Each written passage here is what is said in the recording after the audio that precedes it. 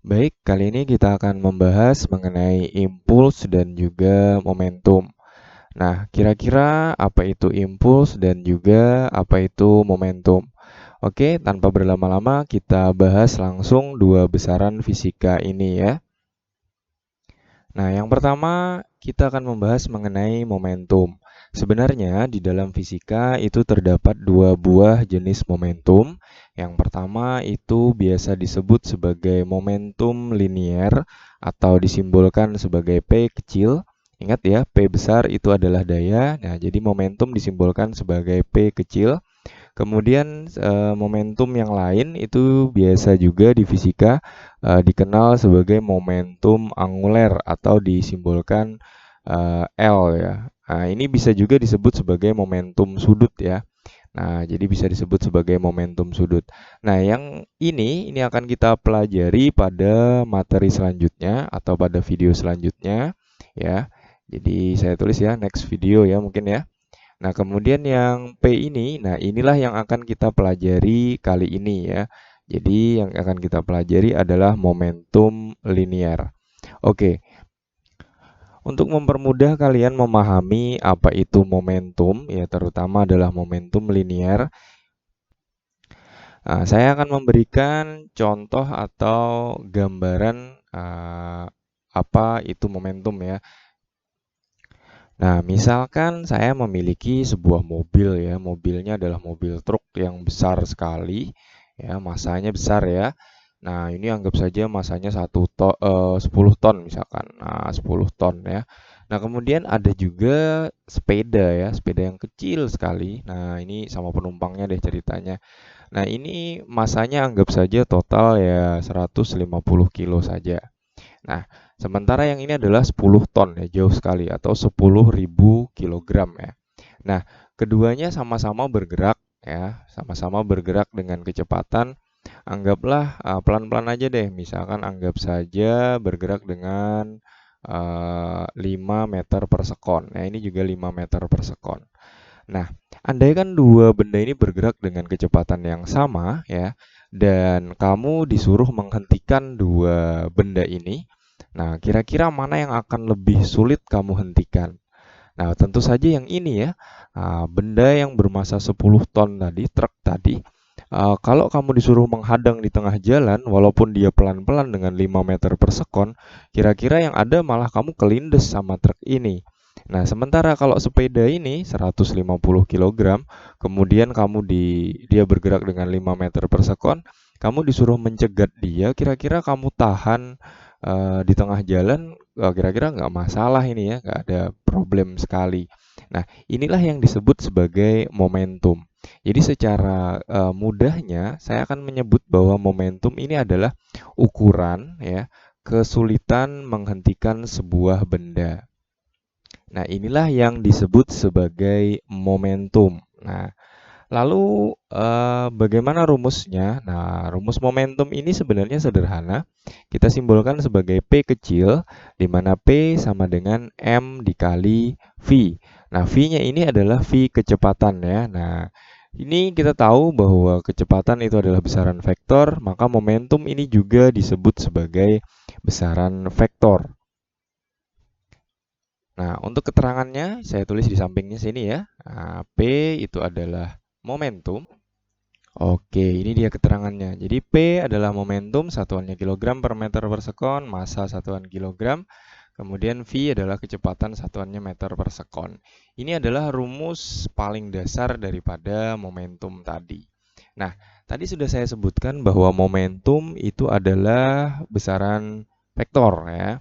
Nah, biasanya dicirikan sebagai tanda ini atau bisa ditebalkan ya biasanya. Nah, karena momentum ini adalah besaran vektor, maka misalkan jika terdapat dua buah vektor momentum, nah maka keduanya itu bisa dijumlahkan. Maksudnya seperti apa? Nah, maksudnya seperti ini nih. Misalkan saya punya benda bergerak dengan momentum seperti ini. Oke, ini dia.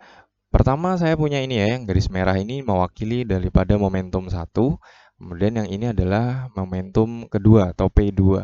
Nah, dua buah momentum ini sebenarnya bisa kita jumlahkan ya. Nah, bagaimana caranya? Nah, sebenarnya kita bisa menggunakan penjumlahan vektor biasa. Ini kita proyeksikan yang garis merah ini, kita proyeksikan ke atas ini ya. Putus-putus panjangnya sama. Kemudian yang hijau juga kita proyeksikan ke atas sini, panjangnya sama. Itu bisa menjadi salah satu cara yang pertama. Cara yang paling mudah kedua itu adalah menaruh daripada vektor ini. Tinggal saya potong, kemudian saya pindahkan ke ujung dari vektor ini. Ya, jadi seperti ini. Nah, tinggal saya geserkan atau saya pindahkan ini ke ujung daripada vektor 1. Nah, misalkan seperti ini ya. Oke, op. Nah, selesai. Maka penjumlahan momentumnya itu adalah, nah, dari sini ke sini nih, dari sini ke ujung sini. Nah, ini adalah penjumlahan daripada vektornya. Nah, itu adalah cara yang pertama ya. Cara yang kedua ya tinggal seperti kamu proyeksikan seperti tadi. Hasilnya juga sama. Hasilnya nanti kalau saya proyeksikan hasilnya seperti ini. Nah, ini dia. Ini kalau saya proyeksikan. Jadi yang merah saya proyeksikan ke sini, yang hijau saya proyeksikan ke sini. Hasilnya juga sama ya. Ini dia yang dinamakan penjumlahan momentumnya atau P. Jadi dari ujung pangkal sini menuju ke sini. Nah, kalau kita lihat di sini ada sebuah sudut ya, bisa saya namakan sudut theta, maka penjumlahan momentum ini bisa kita hitung menggunakan rumus ini. Jadi P besar sama dengan akar ya, di mana P1 kuadrat ditambah P2 kuadrat ditambah 2 kali P1 dikali P2 dikali cos theta. Nah, ini dia. Jadi kalau seperti ini ada penjumlahan dua momentum, maka kita harus menggunakan rumusnya menggunakan rumus yang ini, di mana P ini P1 itu adalah momentum 1 ya. Nah, sementara P2 adalah momentum 2. Oke, bagaimana aplikasinya? Coba kita sama-sama memahami menggunakan contoh soal berikut ini. Nah, ini ada dua bola masing-masing mempunyai masa 2 kg dan 3 kg. Bola pertama bergerak ke utara, kemudian bola kedua bergerak ke barat. Nah, berapakah besar momentum kedua benda tersebut? Nah, jadi kita tahu ya, utara arahnya ke sini ya.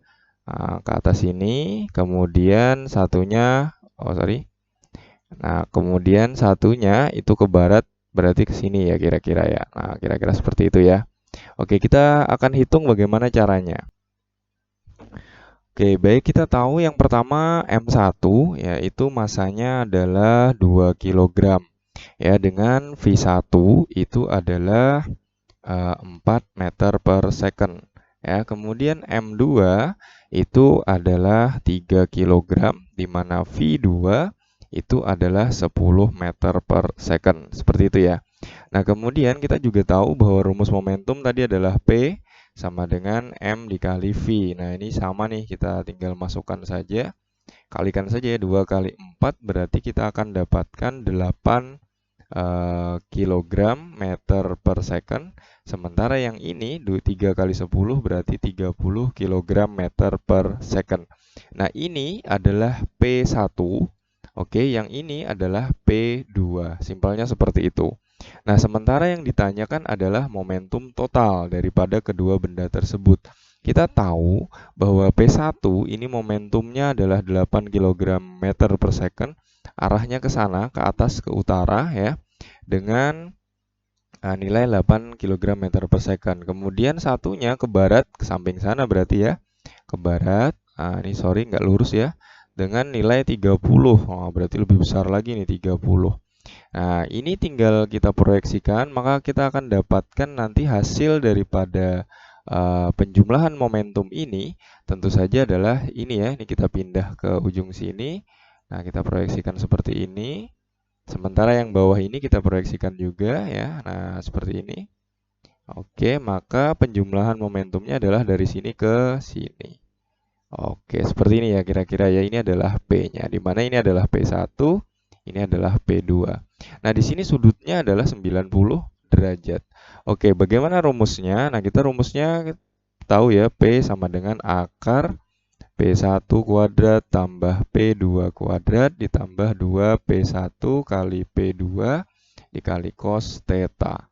Oke, kita sudah tahu nih, di sini adalah sudutnya 90 derajat. Berarti cosnya yang akan kita pakai itu adalah cos 90. Nah, cos 90 itu adalah 0, berarti ini semua adalah 0. Nah, tinggal yang tersisa, rumusnya tinggal P1 kuadrat tambah P2 dikuadratkan. Atau kita masukkan, berarti akar 8 kuadrat ditambah 30 dikuadratkan.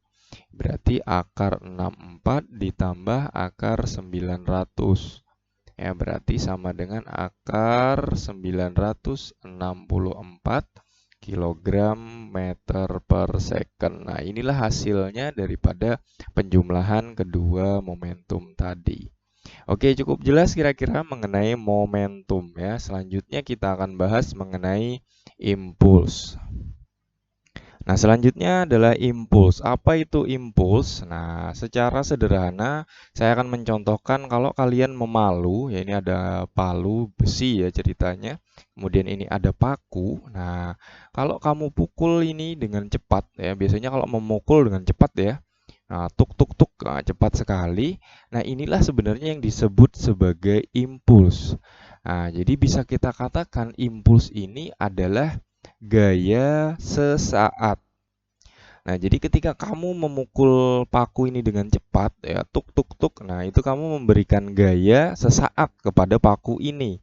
Nah, gaya sesaat inilah bisa kita sebut sebagai impuls. Nah, karena di sini ada gaya, ada sesaat, berarti ini berkaitan dengan gaya dan juga sesaat itu menyatakan waktu. Nah, maka impuls ini kita rumuskan sebagai I, ya I besar sama dengan F gaya ya. Sesaat itu berkaitan dengan waktu berarti delta T. Jadi impuls rumusnya adalah I sama dengan F dikali delta T. Nah, saya tulis keterangannya di sini. Nah, ini dia keterangannya I sama dengan impuls, satuannya Newton second, F gaya, kemudian delta T adalah waktu, satuannya second. Nah, biasa juga impuls itu untuk kalau dalam bentuk grafik biasanya seperti ini ya. Misalkan ada F, ini adalah grafik impuls terhadap waktu, gaya terhadap waktu ya, F dan T. Nah, maka misalkan nih di sini ada waktunya 1, kemudian 2.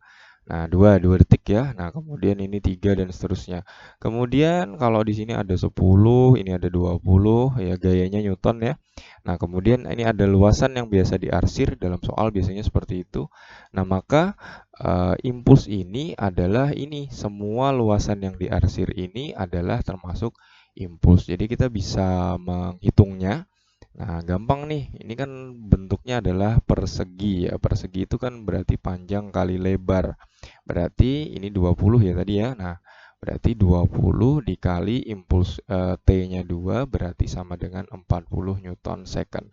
Nah, nanti kalau grafiknya berbentuk trapesium, berbentuk yang lainnya, nah, kalian bisa menghitungnya menggunakan luasan ini.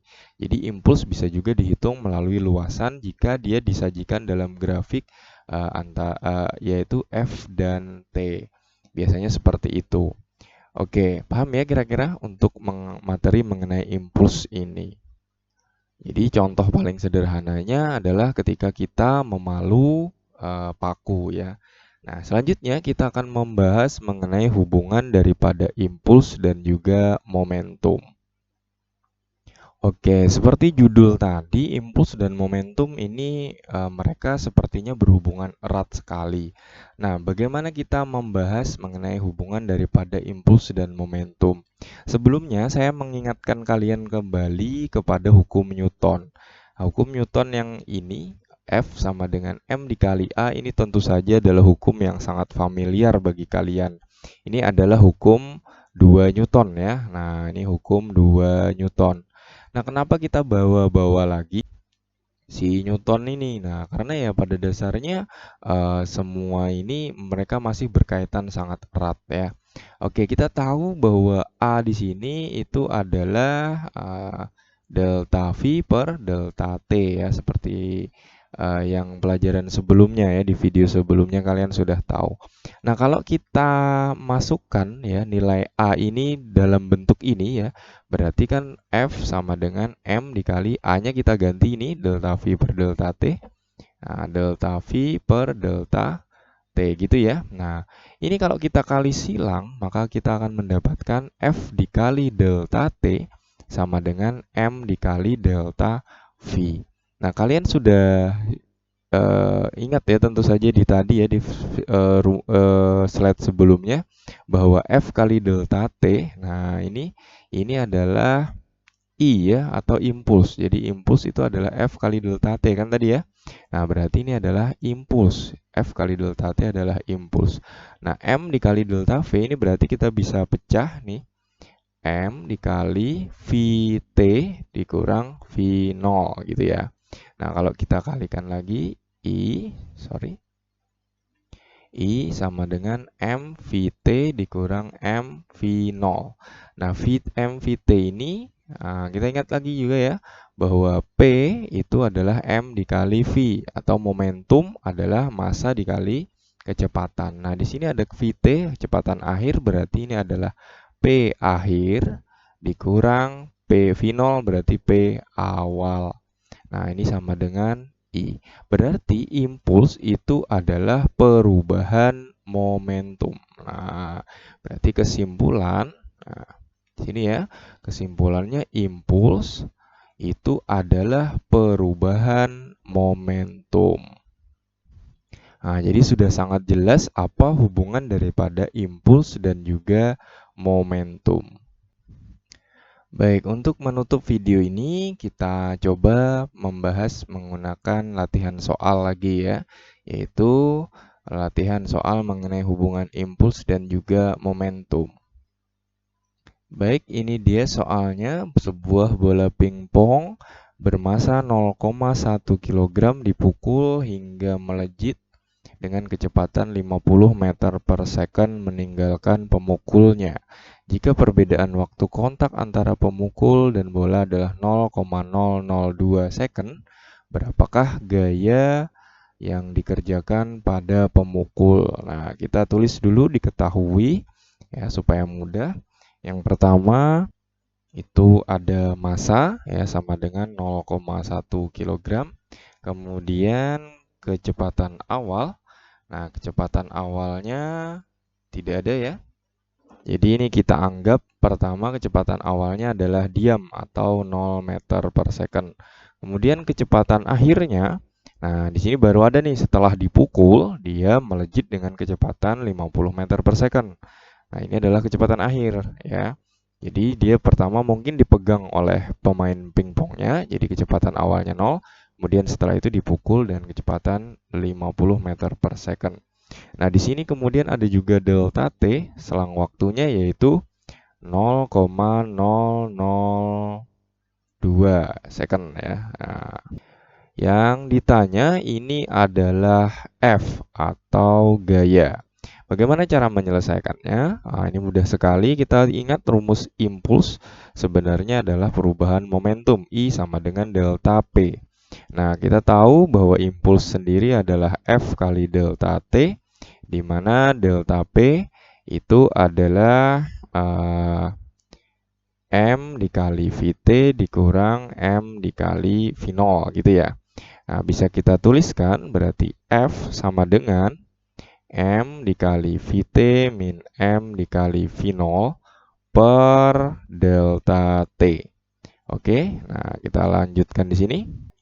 Rumus ini berarti bisa kita utak-atik menjadi F sama dengan M dikali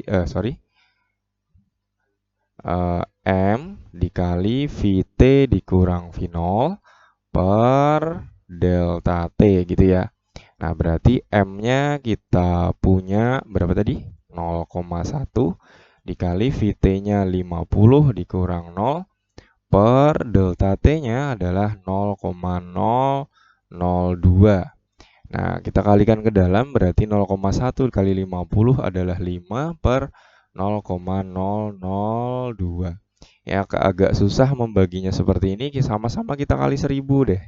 Ya, ini biar gampangnya nih, kita kali 1000, berarti bawahnya juga kali 1000 nih, berarti 5000 per 2 ya, berarti hasilnya 2500 Newton Newton ya. Nah, ini dia hasilnya. Jadi ini kita biar mudah kita kalikan sama-sama kali 1000. Jadi atas kali 1000, bawah kali 1000 biar nggak pakai kalkulator. Nah, ketemu angka 2500 Newton. Jadi gaya yang dikerjakan oleh pemukul adalah 2500 Newton. Oke, kira-kira demikian mengenai video, materi, impuls, dan momentum. Pada video selanjutnya kita akan membahas mengenai hukum kekekalan energi. Oke, sampai jumpa lagi. Mudah-mudahan ini bermanfaat bagi kalian. Sampai jumpa dan bye-bye.